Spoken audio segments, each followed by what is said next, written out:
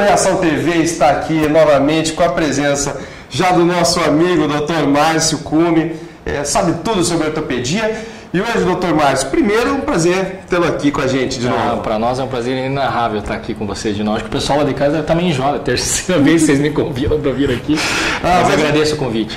Doutor, quando o senhor fala de minimamente invasivo, para quem está nos assistindo, para eles poderem entender, são cânulas que são colocadas, tem uma câmera para o médico poder visualizar. Me explique melhor como é que funciona esse tal de minimamente invasivo. Tá certo. Minimamente invasiva é utilizada uma câmera acoplada a um cabo de fibra óptica, geralmente nas articulações de ombro, joelho, quadril e tornozelo. Excetuando o quadril, a gente usa uma ótica com angulação de 30 graus e no quadril de 30 ou 70 graus. Então, o que significa? Que a ótica, quando a gente gira ela vai estar fazendo esse movimento aqui, né? Mas a gente consegue ter, então, junto com movimentos rotatórios de uma mão e posicionamento longitudinal de outra mão, movimentos combinados, então a gente consegue ter uma exploração de toda a área dentro da articulação, seja ela de ombro, joelho, quadril, tornozelo. Então isso é um avanço na medicina, a gente consegue fazer isso. Existe mais de 15 anos, né? Não sou só apenas a gente que faz, tem outros colegas que fazem muito bem.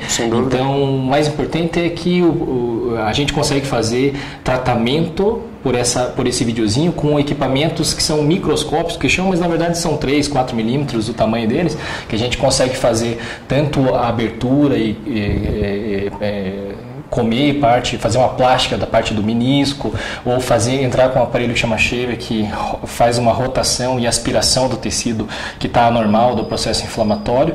E o melhor, que eu sou bastante fã desse aparelho, que chama aparelho de radiofrequência, que emite uma onda eletrotérmica, né, que faz na verdade uma ablação tecidual, em que há, por exemplo, uma degeneração grau 2 ou 3 de cartilagem, que a gente consegue fazer uma retração do tecido, deixando ele um pouco mais firme, e a regularização das bordas de lesões meniscais ou de cartilagem também. Isso é extremamente importante. Então, assim, para que o telespectador nos entenda, em resumo, e para não ficar muito maçante, é que hoje a gente consegue tratar rápido e com excelentes resultados a grande parte das lesões articulares que antigamente a gente não conseguia tratar.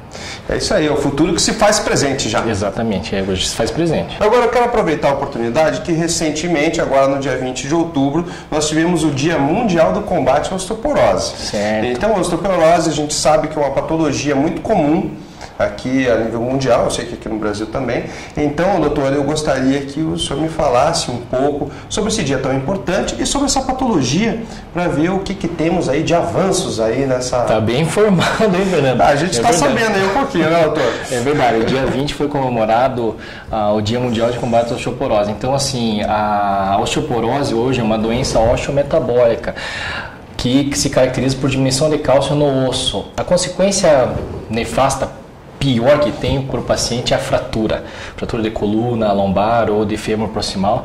Isso aí é um acometimento muito importante, assim, grave para o paciente, porque restringe bastante ele. Então, tem muita confusão hoje entre entre osteoporose e artrose. Eu já comentei isso, né? Sim. Porque, assim, a artrose é degeneração da articulação e a osteoporose é deficiência de cálcio no osso. Né? Então, o que a gente faz hoje é prevenção de osteoporose ou osteopenia, que é uma pré-osteoporose. A gente consegue fazer detecção precoce hoje com um aparelho que se chama densitômetro, que faz uma densitometria óssea de coluna lombar ou fêmur proximal. Então, isso é bastante importante para fazer um screening na população. Então, tem uma pergunta que todo mundo faz: doutor Márcio, quando eu tenho que fazer a densitometria? Verdade. Não é verdade? Quando, doutor? Quando? Excelente pergunta. Você vai fazer quando? Quando você tiver acima de 65 anos, sem fator de risco, ou se você tem alguma história familiar e se enquadra dentro dos fatores de riscos que são predisponentes a desenvolver a osteoporose, que seria, assim, fatores invariáveis como sexo feminino, menopausa precoce, uma deficiência hormonal como hiperparatiroidismo, que causa deficiência de cálcio, tanto na deposição de cálcio no osso quanto na absorção no intestino delgado, raça asiática ou caucasiana, raça branca, né? Sabe-se que hoje a população que seja afrodescendente tem um acometimento menor de osteoporose, tem um osso um pouquinho mais forte. E fatores como que da prática nossa do dia a dia, da prática nossa não, né? Porque eu não fumo, não bebo, eu não fumo, não bebo e não tomo muito café. Tomo um pouquinho de café, um pouquinho em excesso. Mas assim, cafeína, por exemplo, ou álcool, ou tabagismo em excesso, a gente sabe que é danoso para a absorção de cálcio e também compromete bastante. Então, eu acho que o mais importante é que o paciente saiba. Hoje no consultório de manhã foi uma paciente que tinha uma osteoporose com 45 anos de idade. O que é pouco frequente. Pouco frequente. Ela tinha uma história familiar menopausada precoce com 42 anos e não tinha indicação de reposição hormonal, porque a gente sabe que hoje reposição hormonal em pacientes que têm algum histórico ou algum carocinho no seio, acima de 6 anos, predispõe ao desenvolvimento de câncer de mama, né? E falando em câncer de mama, veja só que dado importante hoje. A gente sabe que hoje internamentos de mulheres acima de 45 anos em estatísticas americanas, há mais internamentos de mulheres com fratura de fêmur proximal do que relacionadas a câncer de mama e de útero. Então, assim, se isso e a parte de operadores de saúde hoje gastam mais de 6 milhões de reais por ano aqui no Brasil. Então, é muito grave em termos financeiros e sociais para que seja feita existe a necessidade de que seja feita uma campanha nacional, além do que já é feito para a prevenção desse tipo de patologia. Muito legal, doutor. E agora me fale um pouco sobre as lesões aí, né? Vamos falar aí de lesões musculares. O que você tem a me dizer aí? Vou lançar mais, vou te dar um pouquinho mais de tempo. Então, lesões musculares, me fale aí, 3 minutos, tá bom? Até menos. Menos, 2 minutos. Então, tô lançado o desafio. Certo. Lesão muscular é bastante... Nós falamos tudo, hein, do ortopedia em 15 minutos, aí tá louco? Meu Deus do céu. É isso aí, você vê que tá afiado. Aí você programa, já ganha um diploma de ortopedia. Ganha um diploma, vamos fazer cirurgias minimamente invasivas.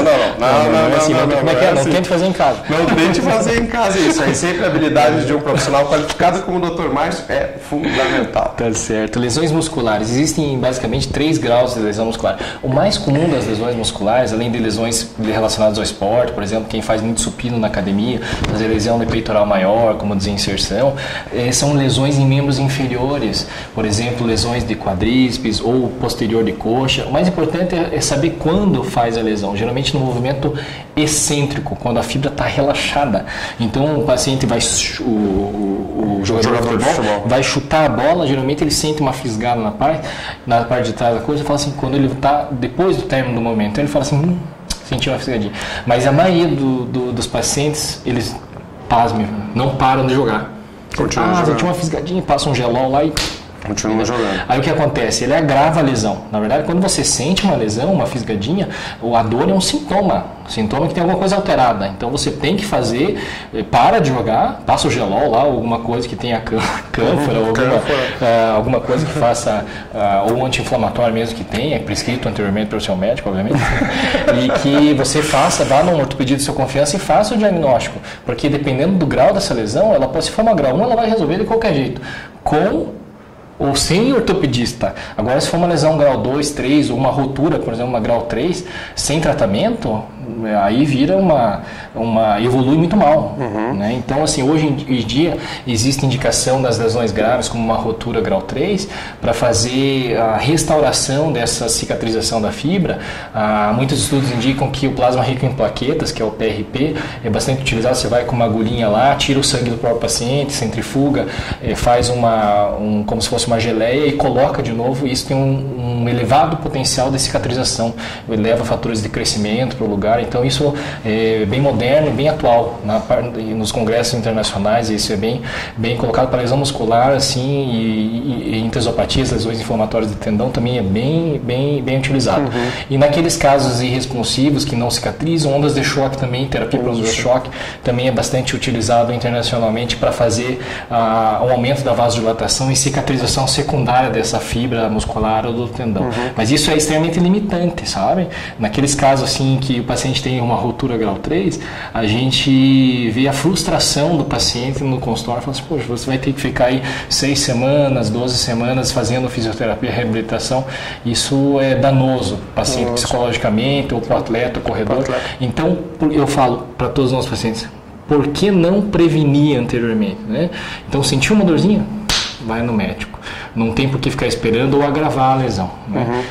essas lesões musculares a gente ouve muito falar aí, principalmente jogadores de futebol, né? O músculo adutor, o músculo não sei o quê, e a gente percebe que são muitas vezes ficam afastados muito tempo, né, das atividades. Então, essas são as técnicas que são utilizadas para poder trazer esse atleta de novo para as atividades normais. Sem dúvida, e principalmente aqueles que nem falou em jogador de futebol. O Kaká ficou afastado semanas, às vezes 1, 2 meses aí por pubite, pubalgia, que era uma entesopatia aqui de reto abdominal bem na região da uma sinfisite pública.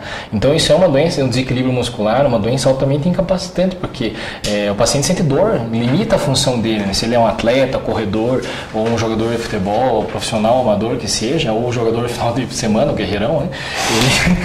ele vai sentir problema. Muitas vezes a gente faz o diagnóstico tardio desses pacientes e é muito tarde para tratar. Não que seja tarde para recuperar a lesão e que ele nunca mais vai jogar bola, mas se você não trata precocemente, há um agravamento da lesão. Então o mais importante é que a gente faça o diagnóstico precoce e trate de uma forma precisa antes de que fique pior. Doutor Márcio, sempre muito gentil aqui com a equipe do Reação TV, procurando ilustrar e elucidar para você que está ligado as questões sobre a especialidade de ortopedia, sobre questões de cirurgias minimamente invasivas. E é claro, eu não vou perder a oportunidade de mais uma vez pedir para que você olhe no olho de quem está nos assistindo lá e dê aquela dica para evitar lesões.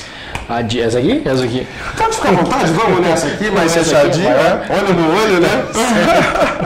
O mais importante da dica que fica, Fernando, é para que todo mundo tenha uma prevenção. Faça uma boa prática de atividade esportiva, tome um banho de sol, cuidado com o câncer de pele para ativar a vitamina D, né, para aqueles casos de osteoporose, consulte seu ortopedista de confiança nos casos que você tenha dúvida e para ele fazer um diagnóstico precoce e um tratamento preciso. Eu acho que o mais importante é ter acompanhamento de um profissional responsável. Eu acho que isso é primordial.